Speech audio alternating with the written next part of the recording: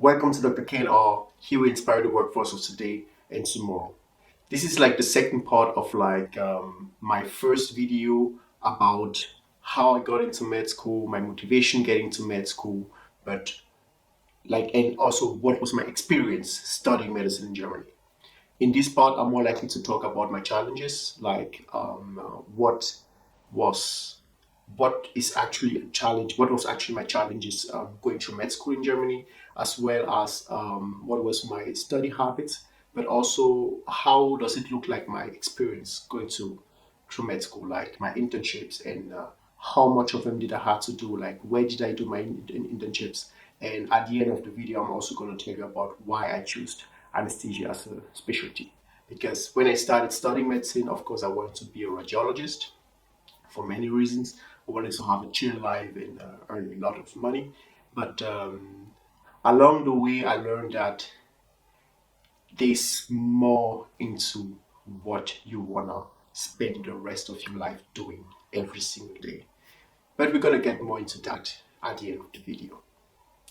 So, part one is actually about my challenges, like what I had to go through studying medicine, and it was kind of like three main challenges, like three main pillars.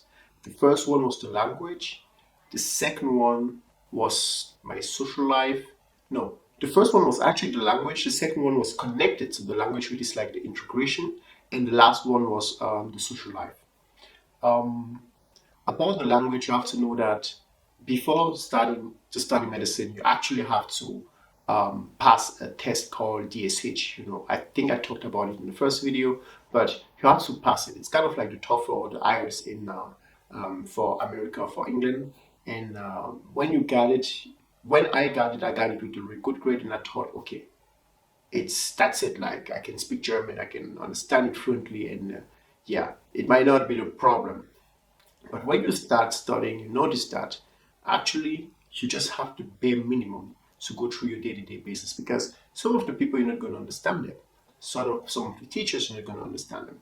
Sometimes everything is going to go so quick, and sometimes you're also going to have people that speak like in a different way, a different accent or a different dialect, or use different words that you're not kind of like used to. And also the thing, let's start with the fact that at uh, at at in your German classes, you learn about German. Of course, you learn about German for university, but those technical things like mathematics, you don't do it in German. Like physics, you don't do it in German. Biology, you don't do it in German. Which means all the knowledge that you have, like from school, it's all in your native language. And in my case, it was in French, which means I had to translate everything in my head. Like sometimes you will have like lectures that I've had at school already, but it will feel so strange to me because I won't understand the word. Like I'll understand the concept because I've had it over and over again. But for me to be able to pass my test, I will have to be able to understand it in German. I don't know if it makes sense, but it feels like you have to redo your entire education just to come at the start line with the other ones. So that was definitely my first struggle.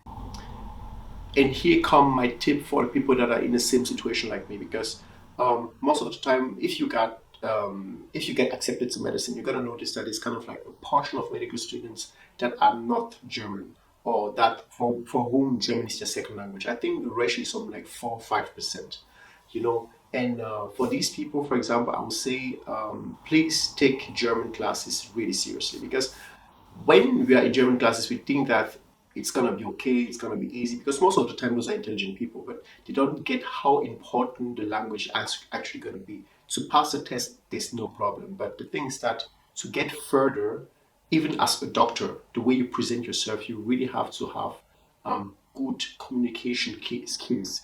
And therefore, you need to take those classes, or at least to take the language really seriously from the get go. Like, don't be afraid, like, be courageous. Don't be afraid to make mistakes. Don't be afraid of people laughing at you, because trust me, people are going to laugh at you. You don't have no idea of how many times people laugh at me for having a French accent. And like, it's kind of like sometimes it's gonna be funny even for you, but sometimes it's kind of like it's gonna hurt a bit. you're going to have to repeat yourself a ton of times, and you're also going to have to ask people to repeat themselves because you didn't got what they said in the first place. Sometimes you're just going to nod because like yes or no, although you didn't understand anything, but you don't want the person to repeat himself because on some situation you're just kind of like, okay, I might be able to live without information. What I'm trying to say is that be courageous, no worries. With time, it's gonna get better. But with one condition that you keep on trying to improve yourself over the years. Even today, as a doctor, I still struggle with some of the stuff, especially the cultural ones, because since I was not born here, I was not raised here. It's kind of like a part of the culture that I don't have. So there are some jokes that I don't get, and it can like it's not that bad, but when you are with patients or with colleague, we notice the difference. But it's not bad because at this point I can really do my job really good with the level that I have right now. But for you to get there, you have to be courageous enough to improve on it over the years. If not, it's not gonna get better, and it's just gonna it's just gonna worsen your experience, your general experience in German. Oh, before I get to the next point, there's also a saying that goes, when you talk to someone in the language he understands, it goes to his brain. But when you talk with someone in his native language, it goes to his heart. So if you want good relationships, learn German properly. Some of my other challenges was actually is actually connected to the first one, which is integration. At university, if you're not a highly intelligent and highly disciplined person, which I'm not, please get yourself some good friends because of one thing simple, the information flow. At university, there's so much information flowing up, like in your mailbox, in your lectures, that not everybody can keep up with everything. At least I could not really keep up with everything, and it was easy for me to miss things. For example, deadlines for registration for the exams, for example, or any change in the room of some lectures. Like there was a huge information flow. And the thing is, if you're highly disciplined and intelligent, it means you can actually manage to get it all together yourself, which is actually possible. I'm not saying that's not possible, but for myself, I kind of needed, like, I find myself in the position where it was easier for me to get the crucial information from other people, at least, but also to share the crucial information because the thing is that you're going to receive a lot of messages from the administration of the university about like minor changes, even about things that doesn't affect you at all. Maybe they might affect um, people from other semesters or from other years, but it's going to be every single day a lot of messages, and you have to be able to read them all and filter them. And yeah, you can do it as long as you want, but sometimes you might miss something. And when you have like a group of friends, for example, around the coffee or around around your food, eating at the cafeteria, we all gonna exchange information. For example, how Henry or I don't know how Lucy, for example, is learning for the exam. Or sometimes you're gonna have like nice people that are gonna have like summaries of some lectures or of some subjects, and it's nice to have people that are willing to give it to you. For example, especially when you're struggling, because you're gonna have subjects where you're gonna ease them, and you're gonna have subjects where you're gonna have a hard time. And sometimes it's also important to have people that are willing to take the time and explain you the things. And even outside of university, you also need a social life, and it's easier at that moment to have a social life with people that can understand you. Like more, and it's more likely to be other medical student because you're busy at the same times at the same time, but you're also free at the same time, and they understand the struggle. In my case, I'm really lucky and really blessed to have found my people, and I wish you really the same. I'm not saying that it's impossible to make it alone, but it's gonna definitely be a bit harder. Anyway, yeah. The next challenge I'm going to talk about is actually going to affect a lot of other people, independently of if you're studying medicine or studying something else, or I don't know, depending on your life situation. And that was my social life. I don't know if you know the student triangle. Like it's kind of like a triangle that shows the main pillars of the life of a student. which are his social life, his sleep, and his grade. And at the beginning at the beginning of med school, one guy of this third year showed us that triangle, and he was like, "We're gonna have to choose two of the three. It's gonna be hard for us to have the three of them at the same time." And he was right. In my case, I chose my sleep and my grade. So my social life really went to pretty much nothing because um, at the beginning, especially at the beginning, the first 2 years, I kind of distanced myself from the family and from my old friends. And let's say that my social life just consisted of old of my social life just consisted of my classmates, like of other med students, because we couldn't understand each other. Like we had the same struggle, we were going through the same shit, and we were having free time at the same time because it's also hard to to be synchronized with people that are doing other stuff in life. When they are free, you're not. When you're free, they are not. So at that time, it was just them and maybe my long distance relationship. But yeah, it was really the minimum. But after the second year, of course, everything got better. I could open more. I could connect more with my family and talk more to people. And I actually started building my own social life. But before the third year, it was really not easy. And I won't say impossible, but in my case, it just didn't happen. Maybe you're gonna have better.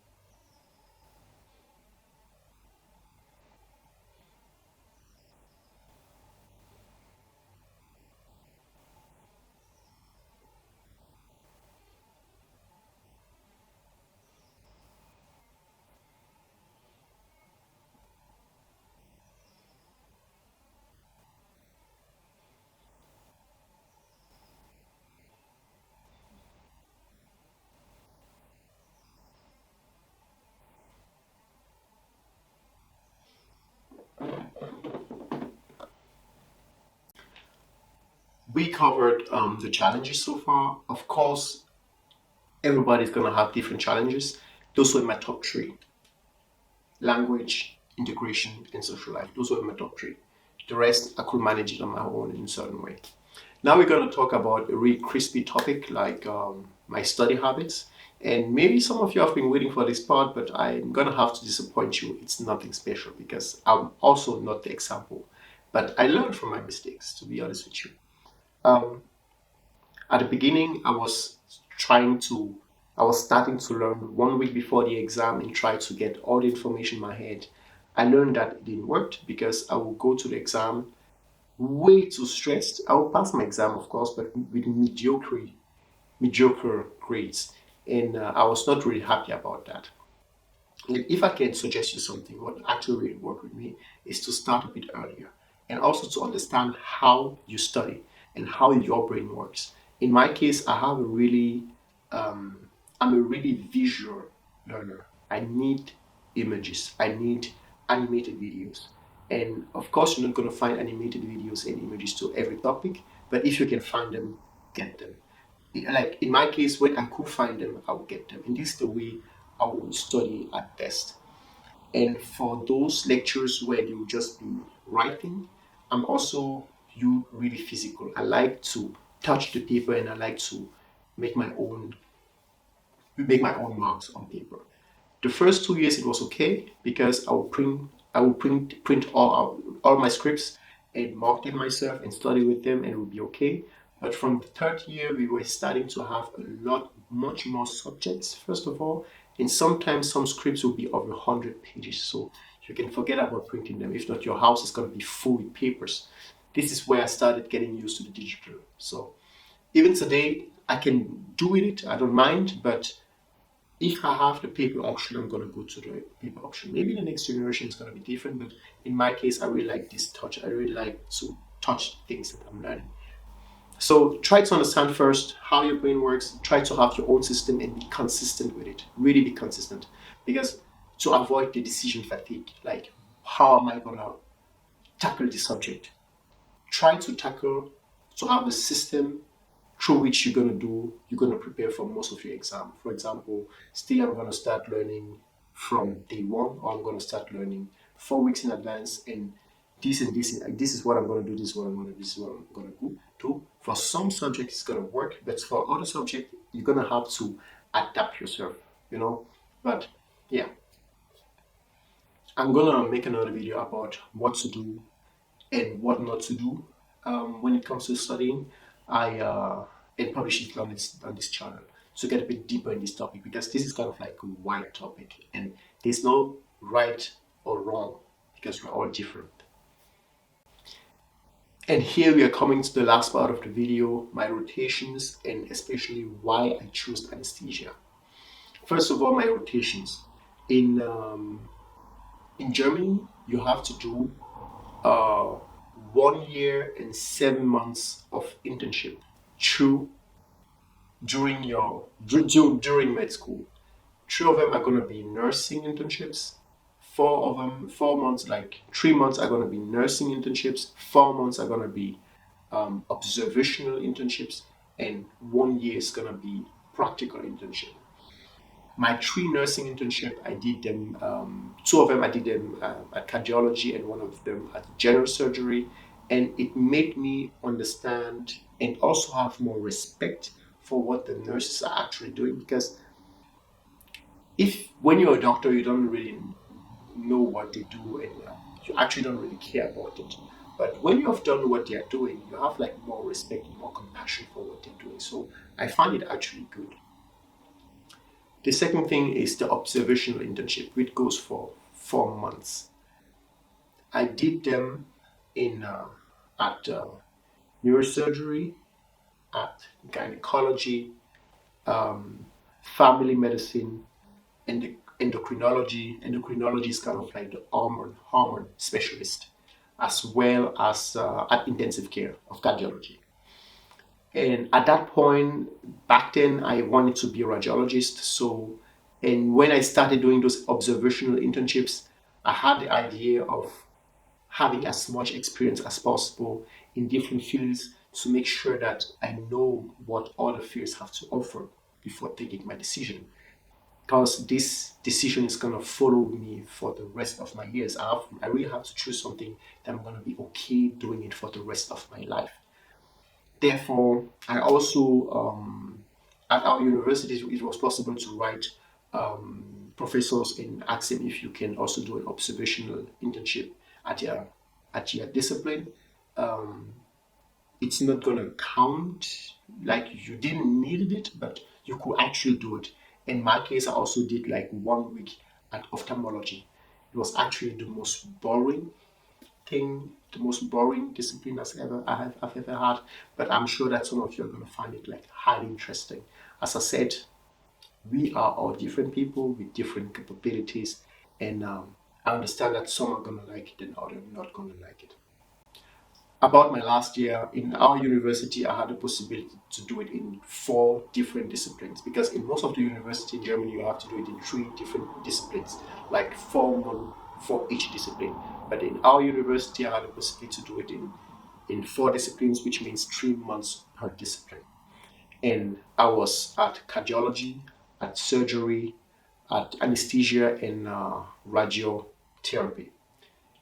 2 of them I did them outside of Germany, one in Luxembourg and the other one in Germany, in Belgium, in Belgium. And these were actually like really good experiences. And I would advise anybody, if you have the possibility to do an internship outside of Germany or outside of your country, it doesn't matter where you study, if you have the possibility to experience another medical system, do so. It's gonna open your eyes about like the way other people work, because the way we get taught at med school, it sometimes feels like this is the only way it has to be. But when you work in other cultures or in other countries, you learn that it can also go another way. It doesn't mean that one way is wrong or one way is bad. Every way has its advantages and its disadvantages. Maybe I'm gonna come out of the I'm gonna publish a video about my experience in Belgium or my experience in Luxembourg and what I learned or what are the differences between the different systems like Luxembourg, Germany, or Belgium, Germany, or Luxembourg, Belgium. I don't know. We're gonna see in the future if I'm gonna get out a video about it, but it was really eye-opening for me. Yeah, and with all that experience, I then choose anesthesia. And you might be wondering why, like how come you started with radiology and now you want to be an anesthesian? And it has many reasons. First of all, the more I was doing internships, the more I noticed that disciplines actually match with character traits. Like when you are with surgeons, you're going to notice that they are more likely to have common character traits. They're more likely to be a bit, I won't say arrogant, but they have a huge ego, and they are also more likely to be competitive, for example. And you're gonna you're gonna feel like it's a common trait in that discipline. Like it doesn't matter which, if you are general surgery, neurosurgery, orthopedics, they're more likely to have these traits. At anesthesia, it was like those were people that were they are really relaxed, first of all, most of them, and cool, but also they like to be independent. Like they like to do the things on their own. And the more I was working there, or the more I was gathering experience with different disciplines, the more I understood that I might match with some disciplines, but I might also don't match not match with some discipline. And when I had my internship at anesthesia, I was really, really amazed because I felt really happy, and it was really something I could imagine myself doing my entire life. Even now, working as an anesthesian, I really love it. I really love what I do, and it's versatile. It's flexible, versatile in the knowledge you have to acquire, because anesthesia you're actually assisting every surgical disciplines, which can go from orthopedics, neurosurgery, heart surgery to gynecology, for example. So you have to have some knowledge about all these disciplines.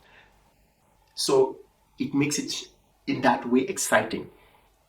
In the patients you see all day, it's also versatile because sometimes I'm gonna have a when I'm working at or ORL, for example, for the ear and the nose. Sometimes you're gonna have kids 2 years old, 4 years old. But sometimes you're also going to have like old ladies or old men, 80 years old, 82 years old. Those are different patients. Those are different ways to do anesthesia. But it's interesting to know the span of patients you can actually have. Because if I was doing gynecology, for example, 95% of my patients will be women from, I don't know, 14 to 82, for example, But where I'm working right now, my span is from newborns to 9 years old, or to death, actually. Also, something I really loved about anesthesia was the flexibility.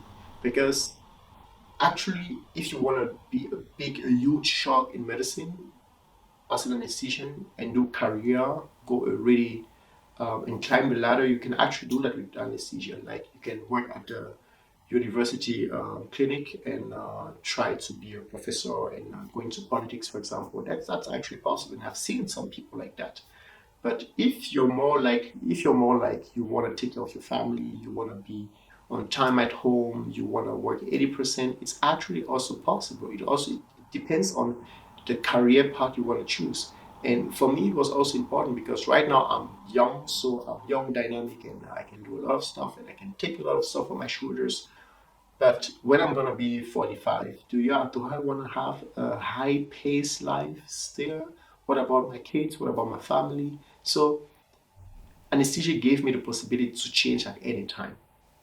This is why I kind of was like, yeah, I'm gonna go for that. But also something I like about anesthesia is the flexibility when it comes to your career path. You can decide to be a big shot in medicine and be a work at the university clinic and try to be a professor or go into politics and do big things like try to do go as far as you can. It's possible.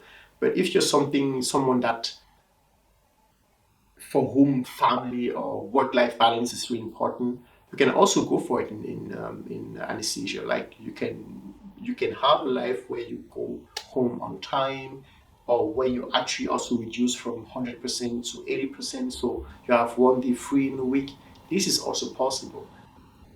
But one negative aspect of anesthesia is that it's actually difficult to be self-employed because we don't really have the system of practice that you open your practice and patients just come to you like when you're a cardiologist, for example, or a family doctor.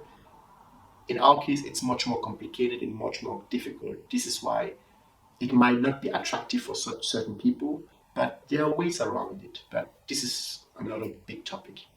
Anyway, thank you for the time you have given me, and I hope to see you in the next video. Peace.